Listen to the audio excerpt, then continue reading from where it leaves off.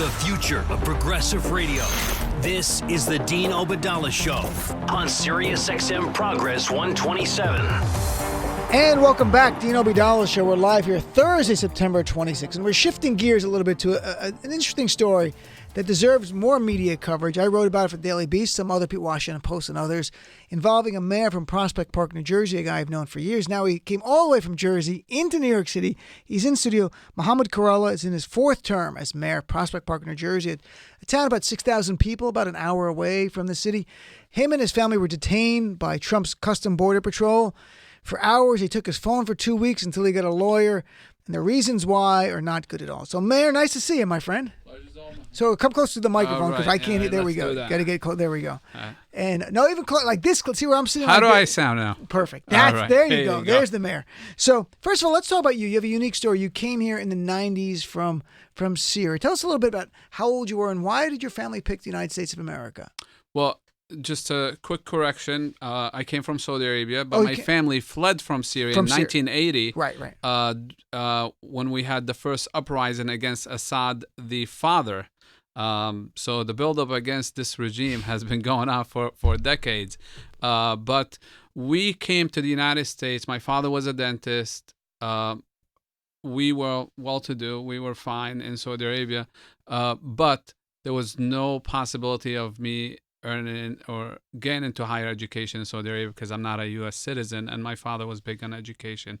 So when we left Syria in 1980, one of my grandfathers went to Saudi Arabia, the other went to the United States. So then that was the reconnection. So they came here, more opportunity in the United States of America for your family, for you. And did you settle in New Jersey right away? We immediately, we stayed in Queens for a month. And then we came to the United States, been in Prospect Park since then. Really? You came from, so you went 1 month in Queens and the rest of the time. My dad came from, he's Palestinian, but he came from Jordan right to New Jersey as well, to Bergen County, to Mahwah. That's where he lived for a little while, in Hackensack and stuff like that. So you became active. You're an immigrant living in Prospect Park, New Jersey. Tell us a little bit about your activism before elected official. Like, what were you doing and why did you feel compelled as an immigrant to give back to your town already? So I had 2 lines of volunteerism. Number one, I became a volunteer at the local hospital. Part of it was because my father fell ill. He had a massive heart attack, was on a ventilator for a couple of years. So I volunteered at the local hospital. And it was, to me, it was a soft environment for me to interact with people and learn the language. The other thing is my lifelong dream of being a firefighter. I was able to achieve it here in the United States. And it was very interesting because this experience actually introduced me to politics. The fact that I wasn't first allowed to join the fire department because I wasn't a U.S. citizen, but the chief immediately said, well, you know what, I think we could change the rules. And he introduced it to the mayor and council. They changed the rules that non-U.S. citizens can join the fire department upon the recommendation of the fire chief. So to me, okay, you don't need a president or a king to change things. You could change them locally. So that was very interesting. So they changed that. You saw the power of local government in action. You're not even a citizen. Then you become a citizen, and then you run for office. How soon after becoming a citizen did you first run for office? Well, I really wanted to do it the very following month, but circumstances did not allow. So the very following year, I became a citizen in 2000. I ran for office 2001, filed my petitions in April of 2001. And you ran for town council then at that point? Correct. And what was it like? You're a Muslim immigrant, 2001. Obviously, you're talking about 2 months after 9/11. Correct. And what was that like in your community? Was there any pushback at all? It was tough. I think the pushback was more from people outside, the pundits, the ones who look at the larger politics. But my town, luckily, was a tolerant town. They've accepted me. And that's why I always promote when I speak to the Muslim community that get involved, because your involvement will erase any stereotypes that the media will make of you. And that's a great point for all minority groups, the idea of getting more active, building inter-community relations, getting involved in the media, telling your own story. It says so much. Prospect Park, this sort of mid-sized town, months after 9/11, September 9/11, you have November, you run for election for the first time, and you win. A Muslim guy named Muhammad. and the people there still had confidence in you. And it says so much about, look, Jersey isn't perfect, but to me, the mantra of Jersey is sort of like, look, you don't bother me, I don't bother you. We don't have to have any problems over here. You do your thing, I do my thing, and you won. So you're a councilman. How long after that did you run for mayor? So 4 years later, the mayor, my predecessor, moved out of town. And I think I built enough coalitions and goodwill that I was supported by the entire council team to run, to be appointed as mayor in November of 2005. And then the term was actually up 2006. So I ran at that point. I actually had two opponents in the primary. The people who didn't want me in office put a Muslim and a Latino against me to try to suck votes away from me. But luckily, we won with over 60% of the votes in the primary. Then we went on to win in the general election. Are you the first Muslim American mayor in New Jersey? I believe so. I believe so. I know Mohammed Hamidine and Teaneck got elected. Correct. I'm not sure what year. I think that was after you. I think he started 2010. Then he had a hiatus of 2 years because the way they select their mayors, it's done by the council, and it's a 2-year term. So you've been there. You've been mayor now, re-elected 3 other times. Correct. You've served now as an elected official over 13, 14, 15? As mayor over 13 years and overall 18 years. So 18 years. You're an educator. You work in a hospital. You help people. You've done volunteer work, I should say, in a hospital. You're an educator.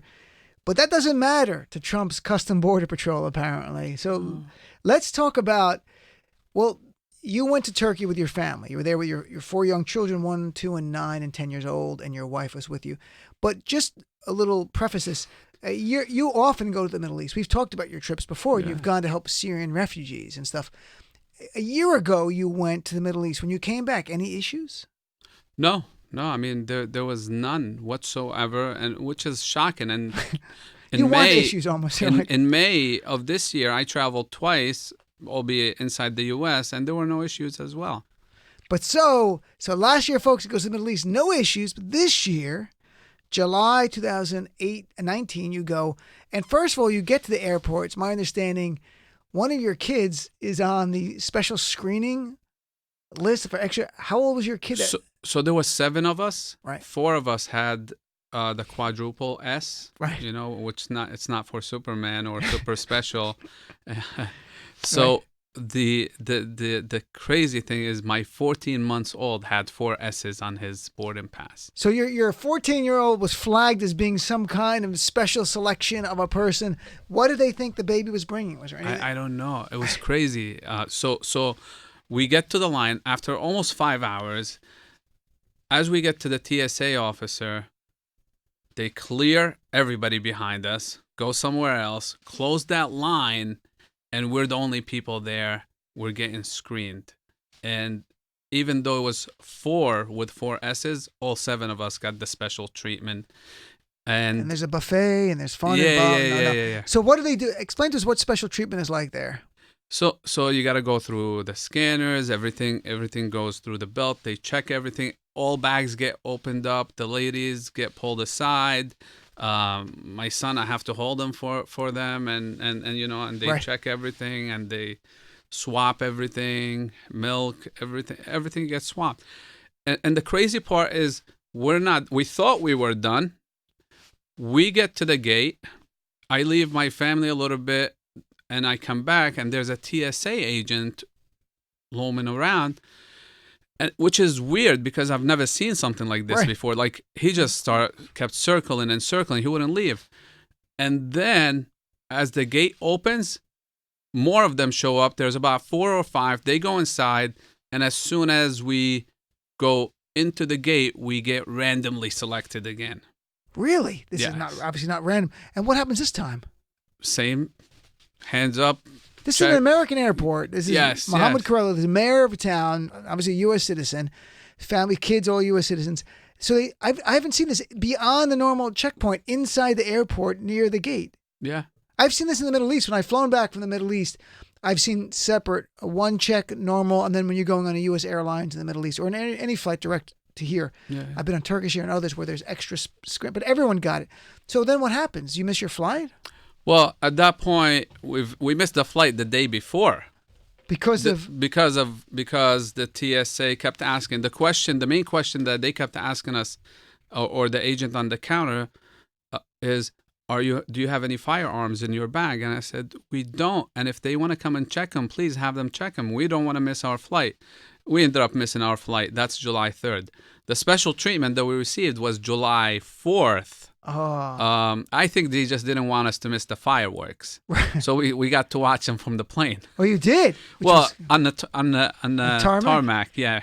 So you go to Turkey with your family. There in Turkey, you visit your family. I suppose I understand that you talk to other mayors as well from Turkey. Tell us a little bit about that. So the intention is to visit the family. My wife's family left Syria 2012, and they're all over the world now. Her mother, her sister, and her brother are in Turkey. She has sisters in Syria, sisters in England, sisters in Canada. So the deal was they're all gonna come together. They all went and got visas. It's not an easy thing anymore for Syrians to travel, including us. I went to get my wife a visa. As Americans, we land in Turkey. You go there, pay $30, you get your visa, you're in. So they all got visas. We all coordinated. They want to meet together. So, that was the main intent. To me, politically, I have good relationships with the Turkish community here. I've seen how beautiful Turkey is. I benefited from these relationships here, making connections with elected officials there, just to talk about how do you do things. Sure. I want to learn, Sure. So that was it. And we visited tourist locations, visited family throughout Turkey. And then we come back to get the special, random screening. So I'm chatting with Mayor Mohammed Karallah of Prospect Park, New Jersey. He's been mayor there in his fourth term. So you land back at JFK, and they're waiting for you. What's going on? Tell people. You walk off the plane, and what happens? So we had an incident where we couldn't get on our plane in Turkey because of the issues that happened when we left. So we ended up having to book a direct flight into JFK. So because of everything, we're sitting in the back of the plane. So we were one of the last people to leave the plane. But again, as we leave the plane, we go down a few steps, and there's border patrol agents asking everybody to open their passports, take out their green cards. And as soon as they get our documents, close them together. All right, you guys are come in with us. Okay, so we start walking. I'm playing it lightly, All right, so what's this? You've been randomly selected. This way, you skip the long lines, and there'll be a few questions, and you're on your way out. Okay, I have to play cool. Obviously, I know I'm in their hands. Right. So we, the coolest thing is they got us through the diplomatic windows. I felt so special, But then they take us to their room, and then that's it. You're stuck there. There's nothing you could do. You gotta be cool. Roll with the punches, and so you're there with your kids. Your kids, they're 1, 2, 9, and 10, and your wife and you. Mm-hmm. And did you tell them, like, I'm a mayor of a town here? Well, I said that when I was being interviewed inside, right? But that didn't matter, and I don't feel like I need to be treated special because I am. But the line of questioning got to the point where it doesn't matter who you are. We're going to ask you about terrorism because you're Arab, you're Muslim. Your name is Mohammed Karallah. Yeah, so you must know somebody. What did they ask you? So tell us a little bit about what they asked you. Oh, man. I got my list of questions. Oh, wow, I finally got it it together. Yeah. Oh, yeah. So where did you travel to? What cities did you visit in Turkey? Did you travel to other countries? Who did you stay there with in Turkey, and what are their phone numbers? What city did you stay in? What was the reason for your trip? How often do you travel to Turkey? What college degrees do you have? Where did you obtain your degrees from? What is your line of work in the U.S.? And obviously, that's where I mentioned I'm mayor. And in education, what is the name of your employer? What is your address in the U.S.? Who is picking you up? That's when I said my mother, and then he said, "What's her name?" I said, "Go look it up," because I was getting frustrated at that point. What else? What were the names of the towns that I visited in Turkey? Who were the mayors? who are the officials that I met? What did I meet with the Turkish mayors for? Are you aware of any terrorist groups forming in the area? Did you meet anyone from these groups? So did you meet any terrorist groups? Which is not a question you ask random Americans, but if your name's Muhammad, they do. Did they tell you why they picked you and they're detaining you as a U.S. citizen, your family that are U.S. citizens? Did they tell you why they're detaining you and holding you? Because they ended up holding you for about 3 hours. Right. Well, the big story is always it's a random selection. That was the story when we were walking to their office. That was the story when we were outside in their office. But I pressed the guy inside. I said, "What is this all about?" And eventually he said, "We were told by DHS to interview you." So you were told by the Department of Homeland Security to interview you. Yes. And there's a guy who's been a mayor. He's gone to the Middle East countless times. Never an issue, just a year ago. And they took your phone. Tell us about that, because I imagine that people are going to hear this and not like this at all.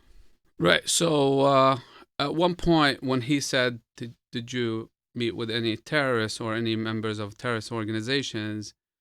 I said, I need to be speaking to my lawyer. I need to end this. So he said, okay. So we go outside, take out my phone, make the phone call. Based on my first conversation, I actually gave them access to my phone. Mm-hmm. And I've said that publicly many times. Which I would recommend as a lawyer, you don't give access to. Right. To But phone. I was playing nice. I know, thinking, but still, I know it's easier to say not to do it. And there's nothing for me to hide. I'm not hiding anything. Right. So I give him access, but we ask him, why is this? You've been randomly selected. We're just going around in circles. So they take the phone and then they disappear. The phone is out of my sight. They go in. It was almost half an hour, 45 minutes. Then I speak to a second lawyer. At this point, the lawyer's called in. So I'm speaking to him, and I'm frustrated. You got the little kids running around. Sure, your kids, 1, 2, 9, I've actually and 10. threw up on the plane 3 times. I was sick the day before I came to return to the U.S. So based on that conversation with the second lawyer, I said, look, I don't authorize you I'm not consenting to the search of my phone anymore. The agent goes, okay, but we have to keep it. So, and we're going back and forth at it. His supervisor's there. A whole bunch of agents are gathering around us as if like, look, we're waiting for this guy to do the wrong move. And we're gonna, so we just kept going back and forth at it. Why are you doing this? Is it because I'm Muslim? I actually asked him directly that. He said, do you really believe I'm going to answer this question? I said, honestly, yes. Right. You think I'm going to believe it honestly, but of course. I said, yes. So he goes, no. Right. And then you look over there and there's Mahmoud and Bassam and all these other people being held in question. Yeah. So eventually they took me back. They searched me. This is all, folks. Again, I'm leaving the plane. This is in the United States after he's landed in America. And you're a U.S. citizen, and you're not on any watch list. You're flying all over the place, all over this country. There's one time this happens, they keep your phone.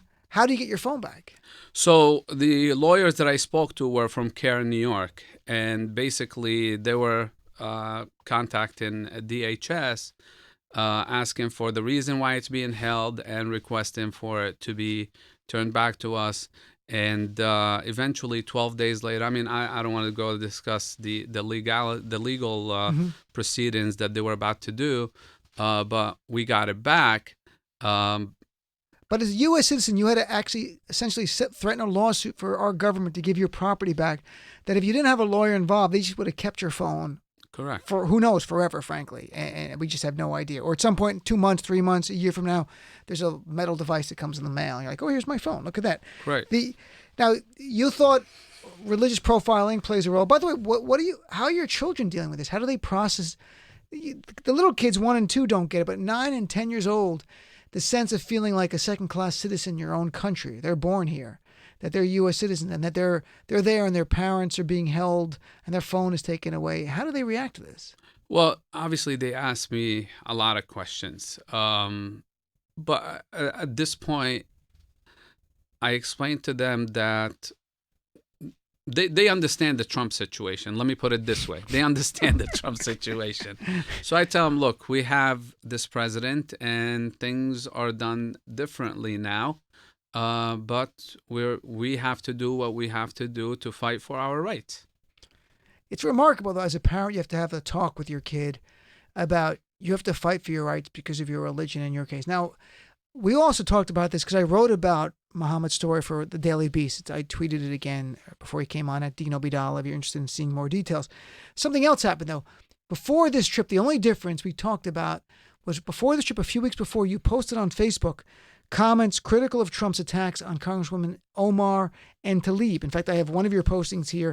It said, "It is sickening when the president of the greatest nation on earth speaks publicly like a racist street thug. You're an embarrassment to our nation, and we are not going back to anywhere." When he's talking about the Get Her Back stuff. You also posted pictures with you and Rashida Tlaib and others defending Ilhan Omar. That's the only difference, folks, factually, from a year ago when he came into the country, back to his own country. No problem. And this time, we also know, as I note in my article, Customs Border Patrol and DHS is looking at social media postings. Do you think this could have played a role? I think it's a possibility. I mean, look at the guy. I mean, he just spoke to the president of Ukraine, and he thought there's nothing wrong with his conversation. It was a 10, so. It's perfect, he said. Yeah. I never had a perfect phone call in my life. He said the phone call was perfect. How do you, perfect? I don't know what perfect is. All right, we only have like 2 minutes left. Tell us a little bit in the last 2 minutes here. Syria, you're Syrian, you have family.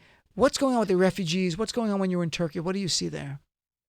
Well, a lot of Syrians are trying to establish their lives. Obviously, the instability is very concerning to them.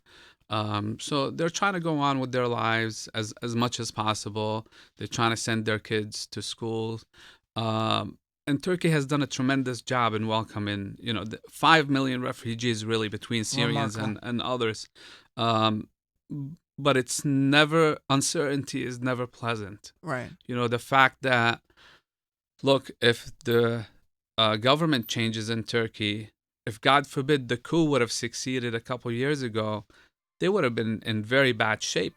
They look at the treatment of Syrians in Lebanon. They look at their treatment in different countries, and there's instability, sure. The uncertainty, the fact that the biggest fear is if a government says, we're picking you up and sending you back to the Assad regime, that's a certain death right there. Right. Muhammad, my friend, we got to talk more about this. We've had you on in the past, on this show, my old show, to talk about Syria and what was going on because you'd been there and seen it firsthand. I'm sorry what you went through. I appreciate it. I know you went forward. We have no time, but he went forward so that his fear is if they're treating him like this, a mayor, how are they treating the average Muslim American or Hispanic American? Muhammad, thank you for being on. Thank you, my friend. So we go to break. When we come back, Cal Penn, the actor, in his brand new series, Sunnyside, which premieres tonight on NBC. Be right back with more of the Dean Obeidallah Show right after this.